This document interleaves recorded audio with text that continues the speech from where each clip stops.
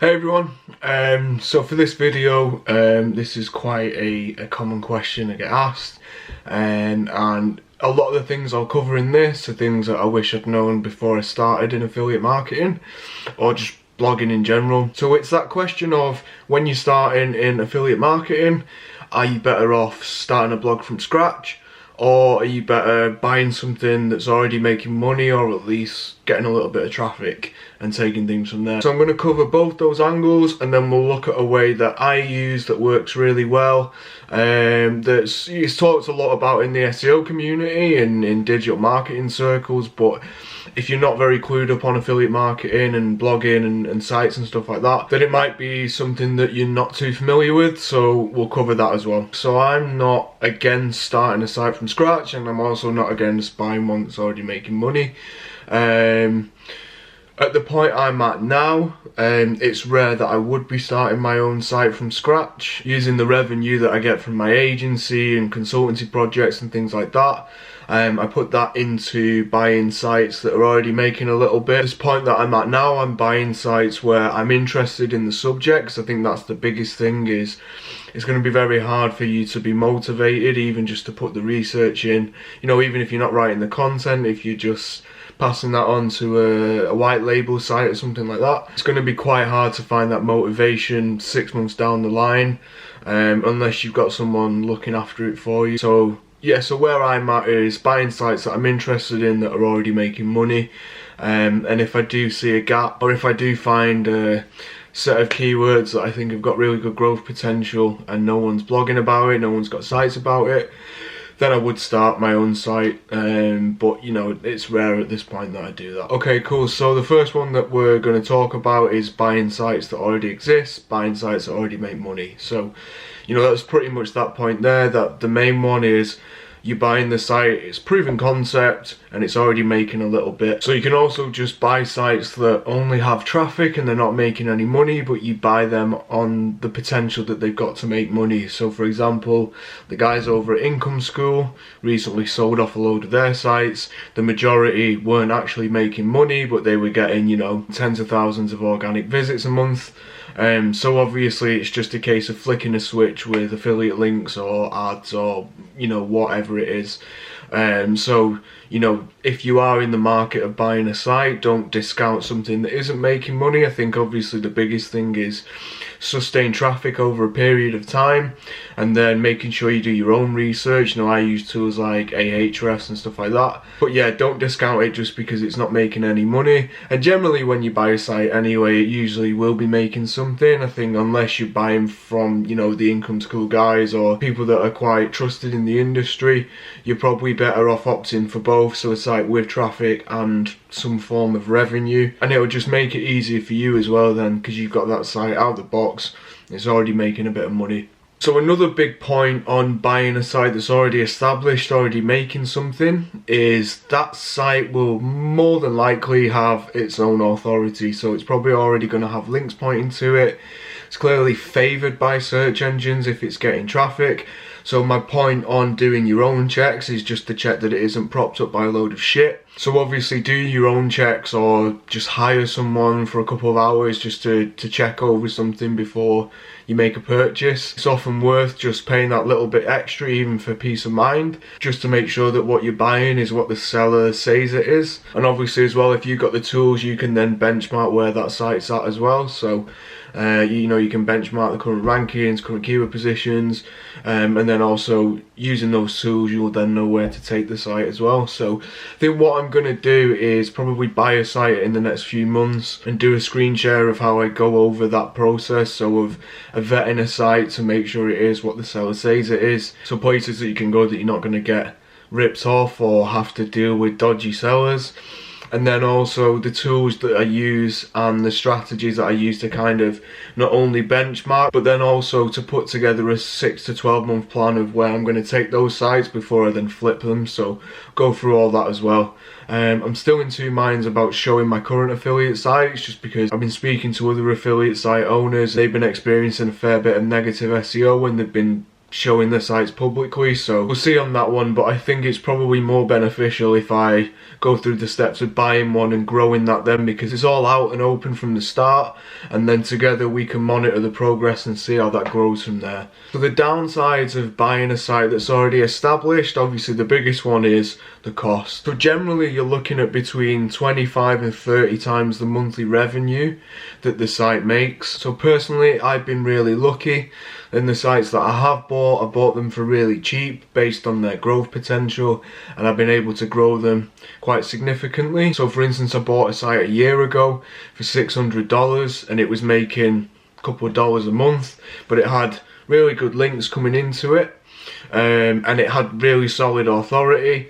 So like I said, $600, it was making a couple of dollars a month, and this month so far it's done just over $500, and we're currently nearing the end of March, so we're not even at the end of the month yet. So I could comfortably flip that site now for between, you know, $10,000 and $15,000 easily. So obviously it's easy to see how the price can rack up quite quickly, even just to buy a site that's making a couple of $100 a month. So that's why you have to do the checks and put in the extra time to make sure what you're purchasing is what the seller says it is. So I'll just let you in on a couple of the sites that I use, and a couple of ones that are really popular for you to check out. Now the first one, I'll probably get crucified for saying it, but there are still very viable opportunities on Flipper.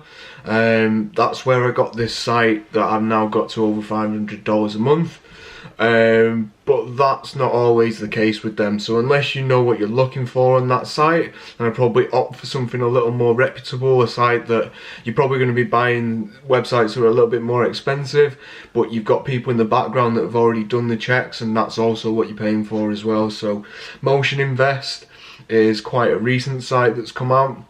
I think it was a bit more of a even ground in comparison to another site. It's Empire Flippers, and that's another really good one, but generally you're looking at quite expensive sites. So unless you've got a hefty amount to invest, Motion Invest is probably the best place to start, because you could get sites for a couple of $1,000s. Now I know that's obviously still a lot of money, but just go on Empire Flippers now and have a look at how much those sites are going for, and you'll understand why I say Motion Invest is a middle ground. And then obviously Flipper is like fucking bottom of the barrel and massively unregulated in comparison to these other ones, so you really need to be careful on the lower end, and this is why it's best to kind of get that chunk saved up and invest in something a little bit more expensive, but something that's actually proven and that you're not gonna blow a bunch of money in the long term. Alright, so why would you start your own site if you can just buy one? So I've done this on a fair few sites. I mean, yes, I know what I'm doing. I'm an SEO, I run a remote agency, but there's loads and loads of people that don't have the skills that I have that still do really well, if not better than I do, off affiliates or just blogging. You know, it doesn't just have to be like Amazon affiliates, you know, even people just generally getting a lot of traffic to their site and making money through ads. So they do really well off it, so you don't have to buy one. So starting a site from scratch is something that I'd recommend for anyone beginning in affiliate marketing. The biggest reason is just how much you're going to learn by doing it. From the development side of things, so you know, learning how to install WordPress and upload a theme and basic design, to learning how to do a bit of keyword research and competition research, how to write articles, how to structure them correctly. Because if you do buy a site, you know, in the future, you're gonna need to know those things anyway, you know, if anything goes wrong, or, you know, just generally where to take your site from the point of buying it. So if you've got a site that you've started from scratch and then grown it over, say, a 12-month period, then you at least have a general idea of the type of things that work. So a bit of an insight into my sites that I've started from scratch. I've done sites in the music niche, hotels and festivals, a couple of different ones. Now yes, that's obviously a big positive, that you're learning how to do those types of things from scratch and how all these different strategies that you hear about, how they all work. But obviously it can take a lot of time for things to really bed in, for you to see sustained traffic, and just in general it's quite hard to stay motivated unless you know that the idea that you've got for this site is going to pay off. So I totally get it, and I think that's often the reason why a lot of people either burn out out or just give up when they're starting their site. And I completely understand it, you know, if you've been working on a site for 6 months, you know, you're not really seeing any good traffic levels, you're not seeing any money coming in, then it's quite clear why most people would kind of just pack that in there. So yeah, I think in terms of a learning process, that's probably the biggest benefit from starting a site from scratch. But obviously the downsides are that it can take a lot of time. You might be in a niche where you're up against competition that have quite large authority, they've been around for years, so it's not just how long it would take your site to rank effectively for the keywords that you're targeting, but it's also how realistically you can compete with other sites there. So it's obviously being careful and taking the time before you do land on an idea, and doing your competition analysis as well. I can't stress that enough, because you don't want to be putting all the work in, writing thousands of words either prior to launch or, you know, as the site grows, and then you're just up against these sites that have been around for years and you just barely budging up against them. So yeah, for anyone coming into this wanting to start a site from scratch, unless you've done your competition research, just have that mindset of you're coming in this to learn. It doesn't really matter if you get any traffic or money from the first website, it's all a learning process. And then from those positives and negatives, the things that you learn from that site, you take that onto the next one, and hopefully you can scale from there. Okay, so the last point, and the point that I alluded to at the start of the video, where I said there's a strategy that I use that many of us in the industry use, but if you're new to the whole website blogging, affiliate marketing, you might not know about, is using expired domains. So what is an expired domain? So anytime you register a domain through, you know, 123reg, GoDaddy, whoever, you'll usually sign up for a year or 2 years or something like that. And then obviously when that period's over, you then have to sign on for another X amount of time. Now, a lot of people will have businesses that just, you know, they get rid of, or they'll have sites that they don't want anymore. They'll just let their sites expire when the time comes up, you know, they won't renew them. But what tends to happen, and especially with the older sites, so say a site that's been around for 10 years, and then the site owner's just either forgotten to renew it, or they've just, you know, they don't want it anymore. These sites will generally have some really good authority into them. Now, it's not all the time, and it can be quite a long process to find these types of sites, but some of the time these sites that expire, they've got years and years worth of authority, they've had some really good links coming into them. So all we do as SEOs is buy those expired domains from sellers. So I'll put links to some sellers that I've used, and then there's some private sellers as well. So if anyone wants their information, just email me, because I don't want to leave their link and then they get spammed by God knows. So yeah, so as SEOs, we'll buy those expired domains. Sometimes you can go to Wayback Machine and put the content on that was there before the site dropped, or you can just kind of start it again from scratch. So I'll do a full tutorial on that, because I think it's something that a lot of beginners aren't aware of, and it can save you a lot of time. You know, if you're starting from scratch, if you land a really good expired domain, it can save you a lot of time because it already has the authority in it. Whereas if you're starting with a totally fresh domain with no links or anything like that, it can take you forever. Now, obviously, like with anything, you have to go to reputable sellers, reputable people, and you have to do your checks again to make sure that there's no bad history in that domain, in terms of, you know, it could have been used by link spammers, could have been used as a site just to sell links that then has completely destroyed the domain authority.